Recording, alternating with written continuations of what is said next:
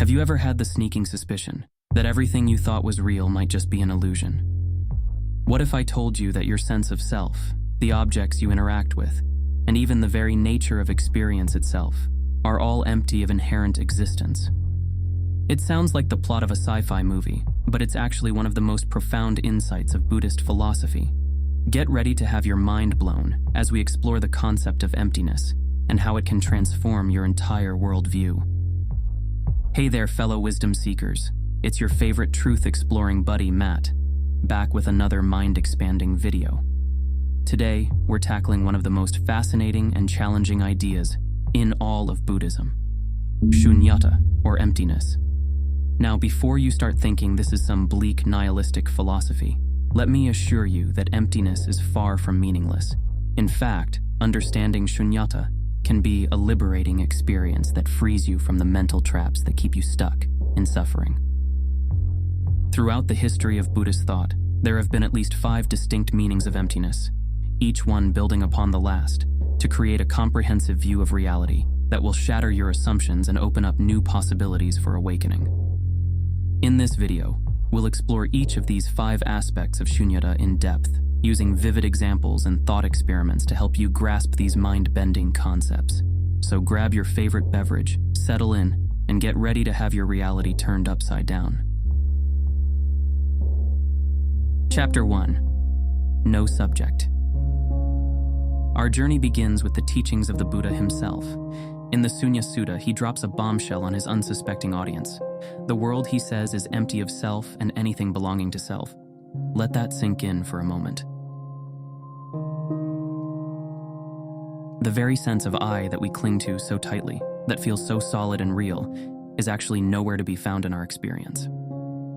To illustrate this point, the Buddha uses the analogy of a musical performance. When you listen to music, there's the musician, the instrument, and the sound itself. These 3 elements come together to create the experience of music. But can you find a separate, independent self that's making it all happen? Try as you might, you won't be able to locate it. The music arises from a complex web of causes and conditions, not from some unchanging essence. The same is true for our experience of the world. When we examine it closely, we find that there's no solid, permanent self at the center of it all. Our thoughts, feelings, and perceptions are constantly changing, arising and passing away based on various conditions. The self we cling to so tightly is really just a convenient fiction, a way of organizing experience that has no ultimate reality. To further illustrate this idea, let's use the metaphor of a rainbow.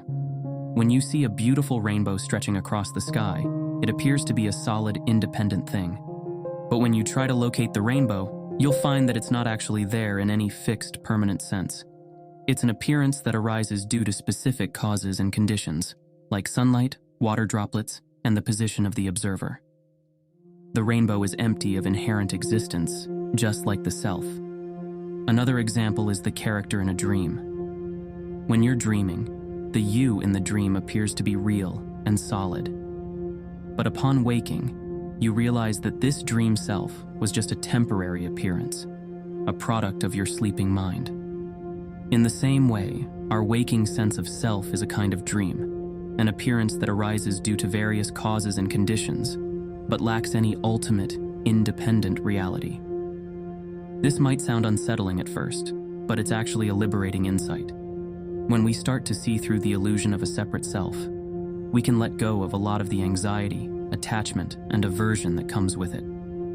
We can start to experience life in a more open, fluid, and compassionate way. Chapter 2. No object. But the Buddha's teachings on emptiness don't stop at the self. The great Buddhist philosopher Nāgārjuna takes things a step further, pointing out that even the objects of our experience are empty of inherent existence. Let's use this very video as an example. As you watch it, you might assume that you're perceiving a distinct independent thing called this video, but if we start to examine it more closely, we'll see that it's actually a complex web of interconnected phenomena. There's the script I'm reading from, the pixels on your screen, the sound waves coming out of your speakers, the concepts and ideas being conveyed, the platform it's hosted on, the device you're watching it on. and even the vast network of causes and conditions that led to its creation, like the invention of language, the development of digital technology, and the entire history of human culture. When we really dig into it, we find that there's no solid, independent thing called this video that exists apart from everything else. It's all a fluid, ever-changing process, a dance of interdependent elements that we label and conceptualize for convenience. The same is true for any object of our experience, from the simplest sensation to the most complex, abstract idea. To understand this emptiness of objects more concretely, think of a delicious meal at a restaurant. When you're eating the meal, it appears to be a distinct, independent thing. The pasta, the sauce, the flavors all seem to exist in and of themselves. But if you start to look more closely, you'll see that the meal is actually a complex web of interconnected phenomena. The ingredients that were grown and harvested, the chef who prepared the dish, the cultural traditions that shaped the recipe, the economic systems that allowed the restaurant to exist, and so on. The meal, like any object, is empty of inherent existence, dependent on an infinite network of causes and conditions. This might sound a bit abstract, but it has profound implications for how we relate to the world. When we start to see the emptiness of things, we can let go of a lot of the grasping and aversion that comes from taking them too seriously. We can appreciate the fluid, interconnected nature of reality and find a sense of ease and freedom in the midst of constant change. Chapter 3. No subject and object. So far, we've seen how both the subject and object of experience are empty of inherent existence. But the Yogācāra school of Buddhism takes things even further, pointing out that the very distinction between subject and object is itself an illusion. Think about the experience of perceiving the color red. In our ordinary way of thinking, there's a separate you who is seeing an independent redness out there. But the Yogācārans argue that this dualistic way of framing experience is fundamentally mistaken. In reality, the redness and the seeing of redness are completely interdependent, arising together as a single, seamless experience. It's like two sides of the same coin. You can't have a coin with only heads or only tails. The two sides depend on each other for their very existence. In the same way, you can't have a perceiver without something perceived, or an object of perception without a perceiving consciousness. The two are mutually dependent, arising together in a single, indivisible moment of experience. To illustrate this non-duality of subject and object, imagine you're walking in a beautiful forest. In the traditional way of thinking, there's a separate you who is experiencing the forest as a separate object. But in the moment of direct experience, is there really a separation between you and the forest? The colors, sounds, and smells of the forest are arising in your consciousness, and your consciousness is taking the shape of the forest. The two are interpenetrating and defining each other, like a dance in which the dancer and the dance are one. Or think of the experience of falling in love. When you're in love, the traditional boundaries between self and others seem to dissolve. You feel a sense of union and intimacy with your beloved, as if your two hearts and minds were merging into one. This is a taste of the non-dual nature of experience, in which the rigid separation between subject and object softens and yields to a more fluid, interconnected way of being.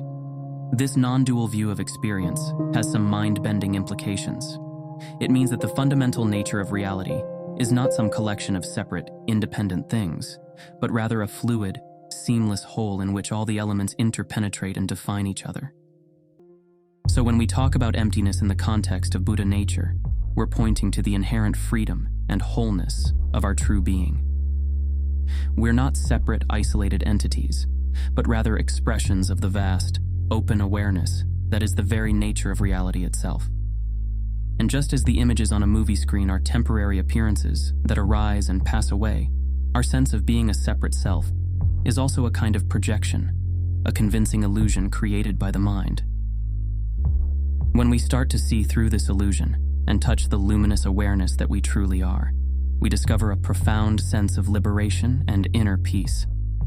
This isn't something that we need to achieve or create. It's the very nature of what we are, beneath the layers of confusion and conditioning. And by learning to rest in this pure awareness, we gradually dissolve the false sense of separation between ourselves and the world, and awaken to the unity and interdependence of all things. Of course, this doesn't mean that we bypass or ignore the challenges and complexities of life. Rather, it means that we meet them from a place of greater wisdom, openness, and compassion. We still engage fully with the world, but we do so with a sense of lightness and flexibility, knowing that all experiences are fleeting expressions of the endlessly creative dance of awareness. Chapter 5. No Views. Now, just when you thought you had a handle on emptiness, Buddhism throws one final curveball. The idea that all views, even the most profound spiritual insights, are themselves empty of inherent existence.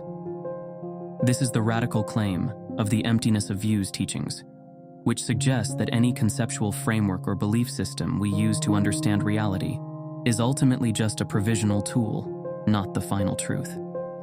Even the Buddha's own teachings, as profound and transformative as they may be, are empty of inherent existence, mere fingers pointing at the moon of ultimate reality. The danger of getting attached to views, even Buddhist ones, is that it can lead to dogmatism, closed-mindedness, and a kind of spiritual materialism where we use our beliefs to bolster the ego rather than dissolve it. We might start to identify with being a Buddhist or a meditator and use that identity to feel superior to others or avoid the messy, unpredictable reality of life as it actually is. To illustrate the emptiness of views, consider again the metaphor of the movie screen. The teachings and concepts we use to understand reality are like the images projected onto the screen. They can be informative, inspiring, or thought-provoking, but they are not the screen itself. They are temporary appearances, useful tools for guiding us towards a direct experience of the ultimate nature of reality. Just as we wouldn't confuse a map for the actual territory it represents, we must be careful not to mistake our views and beliefs for reality itself. Even the most sublime spiritual teachings are ultimately empty of inherent existence, mere fingers pointing at the moon of truth. This might sound a bit disorienting at first, as if we're pulling the rug out from under all our cherished beliefs and assumptions. But the emptiness of views is actually a profoundly liberating teaching, one that frees us from the tyranny of dogma and fixed ideas. When we recognize that all views are empty, we can engage with them more playfully and flexibly, using them as tools for awakening rather than as fixed positions to defend.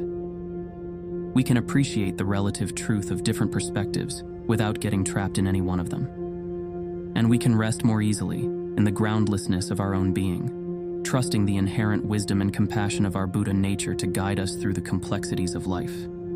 Ultimately, the emptiness of views points us back to the simplicity and immediacy of our own direct experience. It invites us to let go of our reliance on conceptual frameworks and trust the intelligence of the present moment. And it reminds us that the ultimate truth is always right here, in the midst of the ever-changing dance of appearances, waiting for us to recognize it as our own true nature. We've covered a lot of ground in this video, exploring the 5 main aspects of emptiness in Buddhism: the lack of an inherent self, the emptiness of objects, the non-duality of subject and object, the Buddha nature within us, and the emptiness of all views.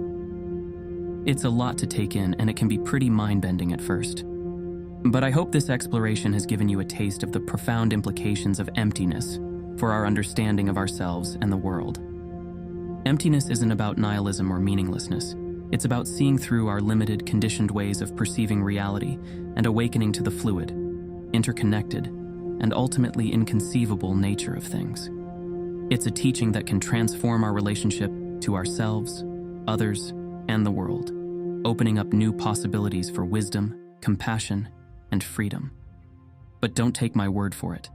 The real power of these teachings lies in exploring them for yourself in your own direct experience. The Buddha himself encouraged us to be lamps unto ourselves, to test out the teachings and see if they hold up in the laboratory of our own lives. So I invite you to take these ideas and run with them, to play with them in your own experience, and see what new insights and awakenings emerge.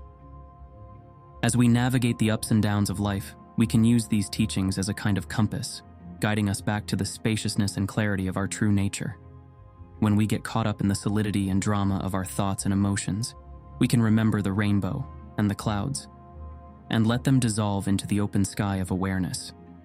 When we feel isolated and disconnected, we can remember the pasta and the music and feel our deep interbeing with all things.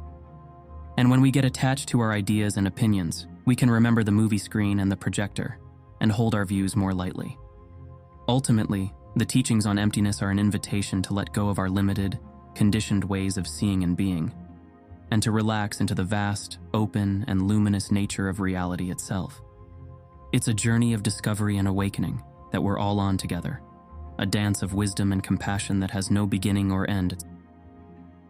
So keep exploring, keep questioning, and keep opening to the incredible mystery and beauty of this life.